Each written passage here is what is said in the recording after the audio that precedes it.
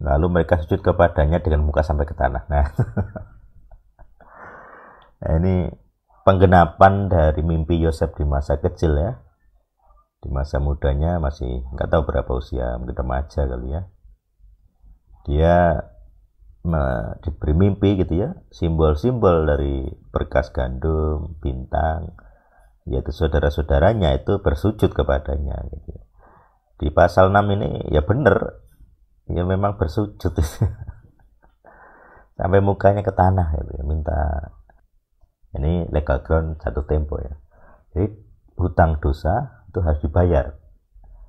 Nah, kita dalam tahap tertentu kita dilunasi, yaitu yang ini dosa membawa mautnya dilunasi oleh juru selamat, yaitu Tuhan kita gitu ya, Yahuwah gitu. Yahuwah juru selamat, Yehosua gitu. Tapi untuk dosa yang tidak membawa maut ya kita harus membayar di dunia ini gitu.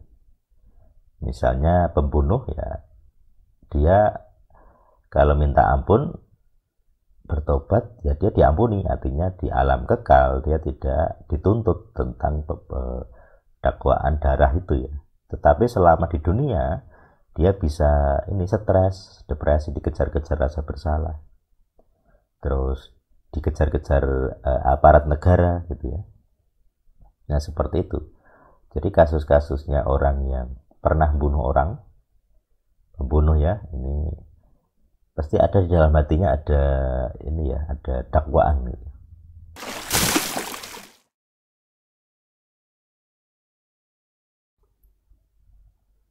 Shalom Aleichem, kita melanjutkan Translation Diary. Kali ini pasal 42 dari Kejadian. Ketika Yakub melihat bahwa ada gandum di Misraim, maka Yakub berkata kepada anak-anaknya, "Mengapa kamu hanya saling memandang seorang terhadap yang lain? Kowe iki kok ndomblong." Dia berkata, "Lihatlah, aku telah mendengar bahwa di Misraim ada gandum. Pergilah ke sana dan belilah untuk kita dari sana, supaya kita tetap hidup dan tidak mati." Lalu pergilah ke 10 saudara Yosef. Jadi yang ada Binyamin tidak boleh ya. Anak bungsu nanti ikut mati kalau pergi. Lalu ke 10 saudara Yosef pergi untuk membeli gandum di Misraim. Namun Binyamin adik Yosef, Yakub tidak menyuruhnya pergi bersama saudara-saudaranya karena dia berpikir jangan-jangan dia akan mengalami celaka. Jadi dari Rahel, anak yang dicintainya, sayang nanti kalau ikut mati gitu ya. Anak-anak Israel datang di antara mereka yang berdatangan untuk membeli, karena kelaparan terjadi juga di tanah Kenaan. Yosef, ia adalah penguasa atas negeri itu. Dialah yang menjual gandum kepada seluruh rakyat negeri itu. Oke. Saudara-saudara Yosef datang kepadanya.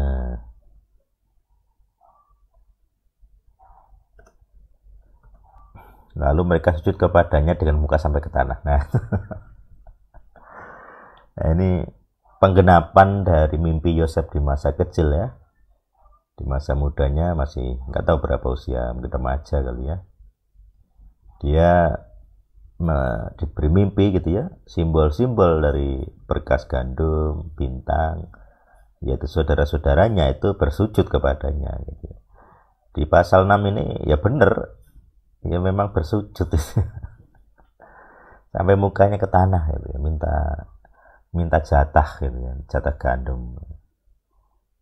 Ketika Yosef melihat saudara-saudaranya dan dia mengenali mereka, jadi bahasanya kan gampang ya, dari wajah juga, dari bahasa juga beda jelas, tetapi dia membuat dirinya asing bagi mereka. Jadi dia tidak, karena pakaiannya Mesir ya, jadi tidak ada yang menduga dia itu orang Ibrani.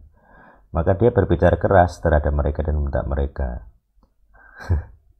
Ngeprank lah itu ya.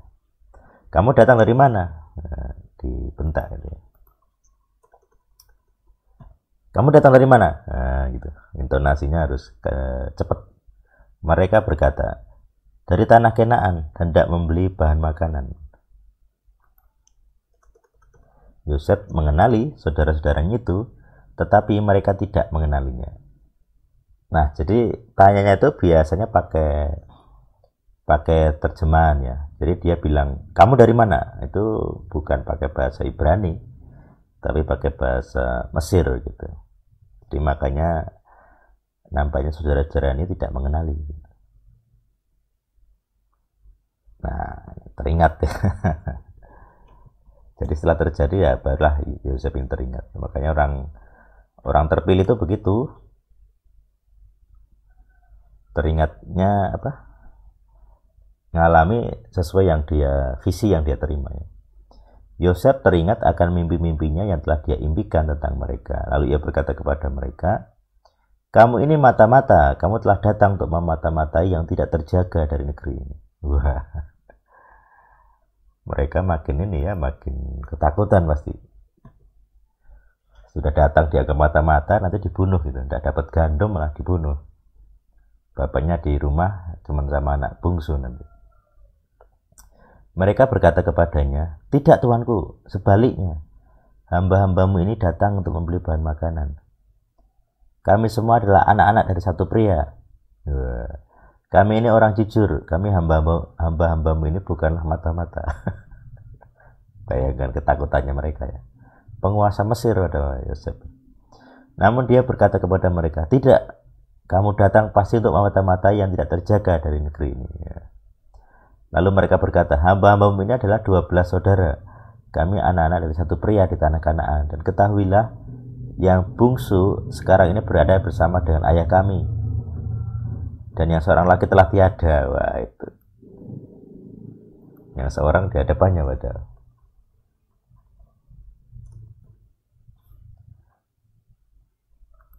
Nah, ini sangat sentimental ya bagi Yosef ini ya. Maka Yosef berkata kepada mereka, inilah yang telah kubicarakan kepadamu ketika berkata, kamu adalah mata-mata. Wah, demi paroh yang hidup. Dia bersumpah gini. Dengan inilah kamu akan diuji. Kamu tidak dapat keluar dari sini kecuali jika mendatangkan adikmu yang bungsu kemari. Ya. Rasakan ini seluruh orang jahat ini ya. Suruhlah salah seorang dari kamu dan biarlah dia membawa adikmu, tetapi kamu tetap dikurung gitu ya. Dan biarlah perkataanmu dapat dibuktikan apakah ada kebenaran di dalam kamu, atau kalau tidak demi paroh yang hidup, kamu sesungguhnya adalah mata-mata. Wah, semakin ketakutan nih, demi paroh yang hidup. Nah, ini formula sumpah ya, demi sosok yang hidup. Nanti di PL, demi Tuhan yang hidup, demi Adonai yang hidup, demi Yahuwah yang hidup. Itu banyak sekali. Itu formula sumpah.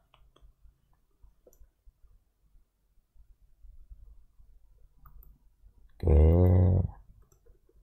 Dia memasukkan mereka ke dalam penjara selama 3 hari. Pada hari yang ketiga, Yosef berkata kepada mereka, lakukanlah ini dan hiduplah, aku takut akan Tuhan. Jika kamu jujur, biarlah salah satu saudaramu tetap dikurung dalam rumah penjaramu, dan kalian pergilah bawalah gandum untuk kelaparan seisi rumahmu. Jadi awalnya hanya satu yang boleh pergi ngambil Binyamin, sekarang cukup satu yang tinggal, yang lain boleh pergi. Diberi apa istilahnya, pengurangan hukuman. Oke.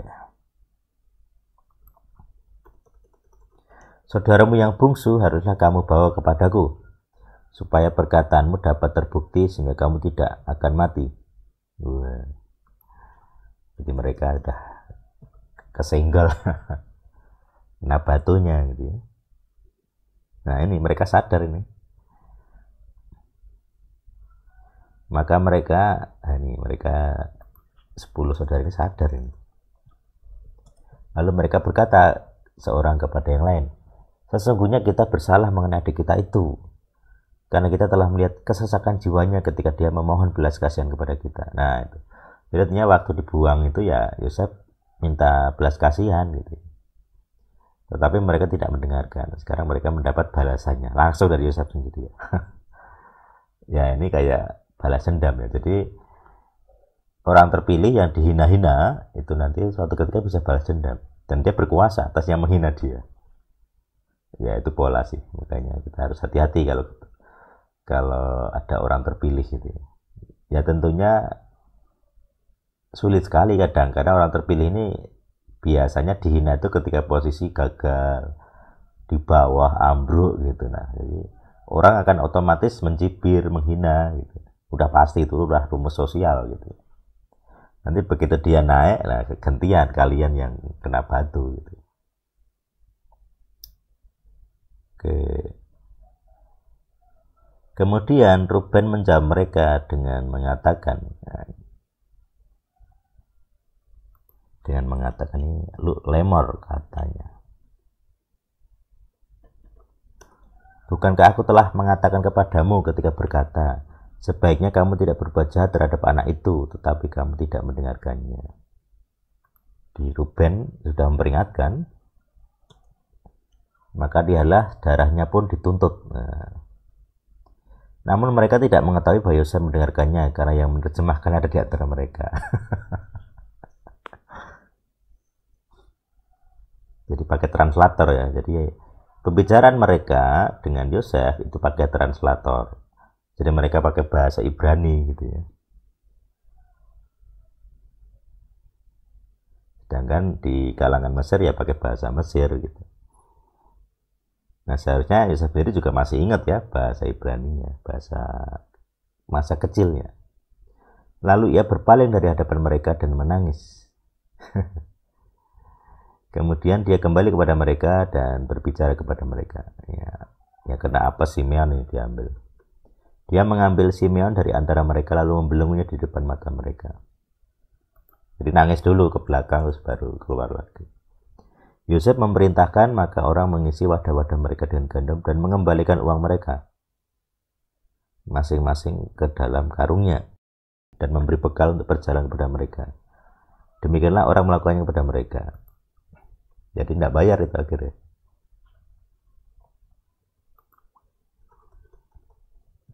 Mereka menaikkan gandum mereka ke atas keledai lalu berangkat dari sana. Begitu buka karung kaget. Ketika yang seorang buka karungnya untuk memberi makan keledainya di tempat bermalam, maka dia melihat uangnya dan tampaklah itu di dalam mulut karungnya. Wah. Shock gitu. Kok gratis? Dia berkata kepada saudara-saudaranya, uangku telah dikembalikan dan lihatlah itu juga di dalam karungku.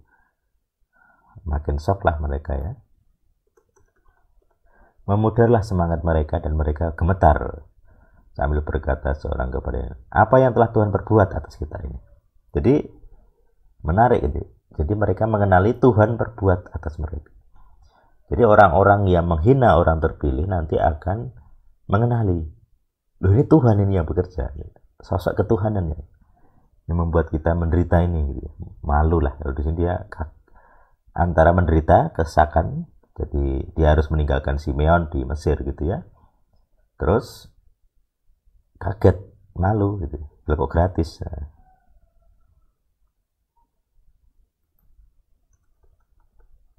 Mereka sampai kepada Yakob, bapak mereka, di tanah Kenaan dan mereka menceritakan kepadanya segala sesuatu yang menimpa mereka. Kata mereka ya, orang itu penguasa atas negeri itu telah berbicara kasar. Yang dianggap mata-mata ya, berbicara kasar terhadap kami dan telah menganggap kami sebagai mata-mata negeri itu. Namun kami berkata kepadanya, malah dimarahi bapaknya.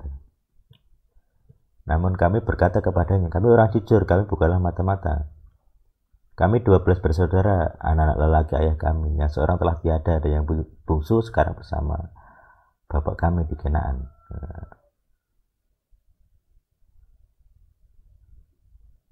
Malah nyebut bungsu ya disuruh bawa. Lalu orang sekarang bersama kami.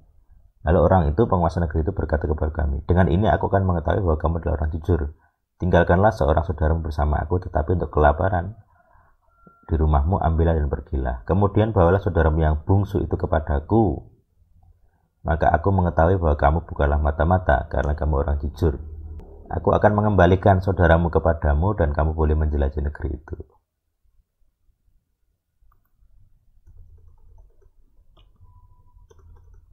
Lalu terjadilah ketika mereka mengosongkan karung-karung mereka, maka tampaklah pundi-pundi uang di dalam karungnya masing-masing. Lalu mereka dan ayah bapak mereka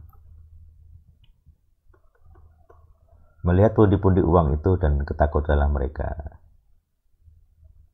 Dan mereka ketakutan. Yakub makin tersudut ini.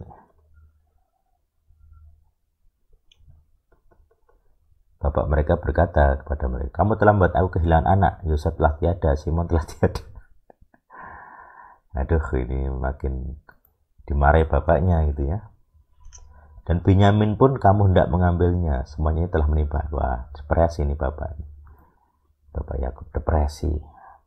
Yosef hilang, Simon hilang, Benyamin mau diambil. Nah ini Ruben sebagai anak sulung ya, keren ini. Walaupun dia kehilangan hak kesulungan ya, sayang sekali. Tapi dia bersikap sebagai sulung ya, anak Lea. Lalu Ruben berkata kepada bapaknya,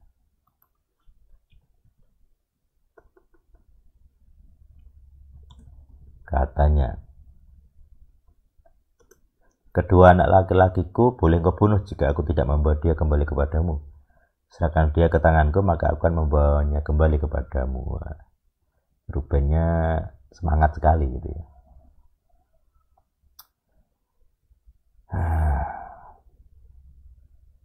Tapi Yakobnya agak berat. Namun dia menjawab, anakku itu tidak akan turut bersamamu, karena kakaknya telah meninggal dan dia sendirilah yang tinggal. Jika kecelakaan menimpa dia di perjalanan yang akan kamu tempuh, maka kamu telah menjerumuskan aku yang ubanan ini ke dalam duka cita alam maut. Jadi anak sebagai peninggalan dari Rachel itu ya disayang sekali gitu ya. Yosef tiada, Benyamin mau diambil juga ya itu. Dan itu ulah, dia tahu itu ulah ini saudara-saudaranya gitu. Maka dia ini sebenarnya kehilangan kepercayaan kepada 10 orang anaknya itu. Dianggap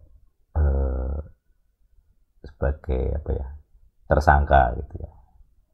Dia belum terdakwa karena belum ada bukti, tapi sudah tersangka gitu. Yosef bilang ketika ketemu mereka, Simon hilang gitu ya, sekarang Benyamin juga diminta. Jadi trust isunya besar sekali, tidak mungkin mempercayai anak-anak ini lagi gitu ya. Bahkan dia bilang, orang ubanan ini ya itu aku gitu ya, akan turun ke dalam duka cita alam maut. Jadi mati dalam duka cita, mati karena kehilangan anak. Nah ini yang namanya jatuh tempo ya, legal ground ya. Jadi legal ground tak jatuh tempo. Jadi setiap dosa itu ada hutangnya. Setiap dosa ada hutangnya dan suatu saat harus bayar hutang. Nah di sini 10 saudara ini tuh bayar hutang gitu. Dia benci Yosef, iri dan benci kepada Yosef, tidak mengasihi gitu ya, melanggar hukum kasih.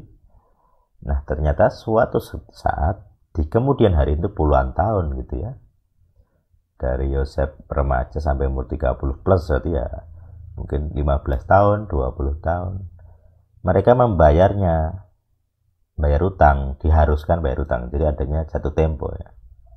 Penagih hutang dosa itu nanti satu, mereka malu, dan nubuatannya digenapi, mereka sujud kepada orang yang mereka benci.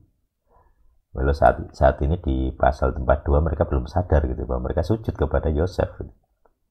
Tetapi mereka sujud beneran, realitanya begitu, sesuai yang dimimpi gitu. Ini legal ground jatuh tempo ya. Jadi hutang dosa itu harus dibayar. Nah kita dalam tahap tertentu kita dilunasi, yaitu yang ini dosa membawa mautnya dilunasi oleh juru selamat, yaitu Tuhan kita gitu ya, Yahuwah gitu. Yahuwah juru selamat, Yehosua gitu. Tapi untuk dosa yang tidak membawa maut, ya kita harus membayar di dunia ini. Misalnya pembunuh, ya dia kalau minta ampun, bertobat, ya dia diampuni, artinya di alam kekal dia tidak dituntut tentang dakwaan darah itu ya. Tetapi selama di dunia dia bisa ini stres, depresi, dikejar-kejar rasa bersalah, terus dikejar-kejar aparat negara gitu ya. Nah seperti itu. Jadi kasus-kasusnya orang yang pernah bunuh orang, pembunuh ya, ini pasti ada di dalam hatinya ada ini ya, ada dakwaan gitu. Bahkan pembunuhan-pembunuhan yang kelalaian pun pasti ada begitunya, ada dakwaan dalam hati. Kelalaian misalnya apa ya, karena naik kendaraan misalnya kelalaian, dia sopir, terus keluarganya meninggal gara-gara dia lalai gitu misalnya. Kalau dia hidup ya dia akan dihantui rasa bersalah. Wah, saya telah membunuh keluarga saya. Atau mungkin pembunuhan yang lain, model yang tidak disengaja yang lain. Apalagi yang sengaja ya, pembunuhan berencana apalagi. Itu pasti ada dakwaan dalam hati. Nah, suatu saat akan ada pembalasannya dari Tuhan dan manusia. Makanya di Israel ada yang disebut kota-kota perlindungan khusus para penjahat. Jadi para pembunuh itu khusus boleh lari ke situ sampai diadili. Nah ini supaya tidak dihakimi massa gitu ya, harus ada pengadilan. Jadi kalau tidak ada pengadilan, tidak boleh tidak boleh dibalas gitu. Harus ada pengadilan yang adil, ada saksi-saksi dan sebagainya, ada hakim-hakim gitu. Jadi di sini contoh legal ground yang disebut hutang dosa. Jadi hutang dosa itu harus dibayar suatu saat. Itu hanya masalah waktu ya. Di sini contohnya ya puluhan tahun memang, tapi itu hanya waktu, yang bedanya waktu saja. Suatu saat harus bayar. Nah, semoga kita tidak perlu bayar hutang dosa kita kalau kita ditebus. Minimal dosa mautnya hilang gitu ya. Sedangkan dosa yang tidak membawa maut, nah itu seringkali kamu harus ngalami. Nah, malu ya malu, misalnya itu kan sistemnya mata ganti mata, gigi ganti gigi gitu ya. Jadi kalau kamu ingin mempermalukan orang, kamu akan dipermalukan. Kamu menghina orang, kamu akan dihina gitu ya. Kamu membuat orang menderita, ya kamu akan dibuat menderita gitu. Ini kan sarkas sekali di pasal 42 ini. Orang begitu benci ke Yosef, sekarang mereka menyembahnya, minta ngemis makanan gitu. Itu sarkas sekali. Ya itu sih cara Tuhan membela itu begitu. Jadi orang-orang yang membenci kita, nyembah-nyembah kita. Ya, saya belajar banyak dari pasal 42, karena sebagian saya juga ngalami ya. Ya. Tuhan yang hidup bersama kita. Amin.